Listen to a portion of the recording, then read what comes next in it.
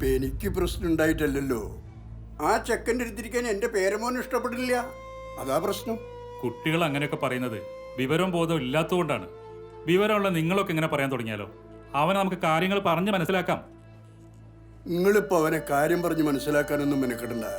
ആ ചെക്കൻ്റെ അടുത്തിരിക്കാൻ അവന് ഇഷ്ടമില്ലെങ്കിൽ ഓനെ അവിടെ നിന്ന് മാറ്റിയിരുത്തിക്കാളി. പിന്നെ എനിക്ക് ഇങ്ങനെയുള്ള വിഷയങ്ങളായിട്ട് നടക്കാൻ സമയമില്ല. നാട്ടിൽ ഒരുപാട് സേവന പ്രവർത്തനങ്ങളായിട്ട് നടക്കുന്ന ഒരാളാണ് ഞാൻ.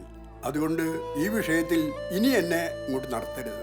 ഓക്കെ, നമുക്ക് പരിഹാരം ഉണ്ടാക്കാം. പരിഹാരം ഉണ്ടാക്കണം. എന്നാ ഞാൻ പോകുന്നു.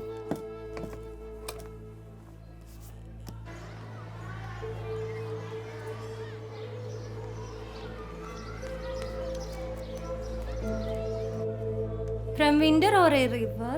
ടീച്ചറെ, എൻ്റെ പേരമോനെ ഈ ചെക്കൻ്റെ അടുത്ത് നിന്ന് മാറ്റിയിരുത്തണം. എന്താ പ്രശ്നം? പ്രശ്നമൊന്നുമില്ല. ഒന്നുകിൽ ഈ ചെക്കൻ ഇവിടുന്ന് മാറ്റിയിരുത്തണം, അല്ലെങ്കിൽ എൻ്റെ മോനെ അവിടുന്ന് മാറ്റണം.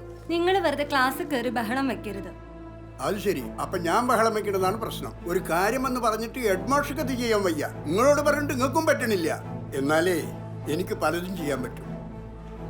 ഈ നീക്കടാ, നാട്ടിൽ വേറെയുണ്ട് സ്കൂളുകൾ. TC വാങ്ങി പോകാം.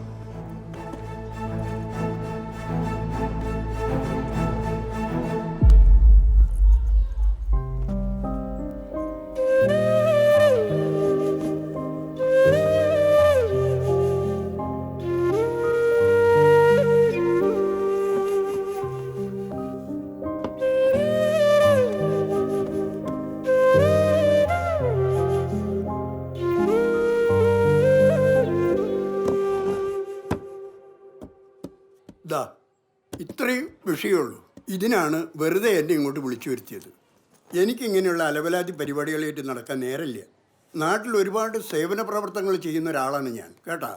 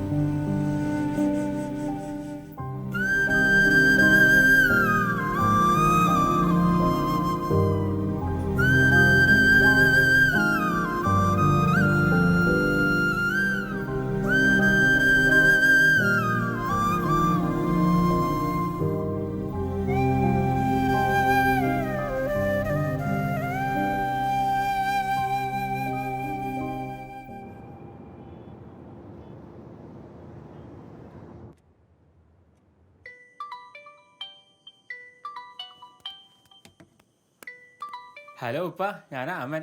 എന്താ വിശേഷം? ഹലോ ഉപ്പ. ഒന്നുമില്ല.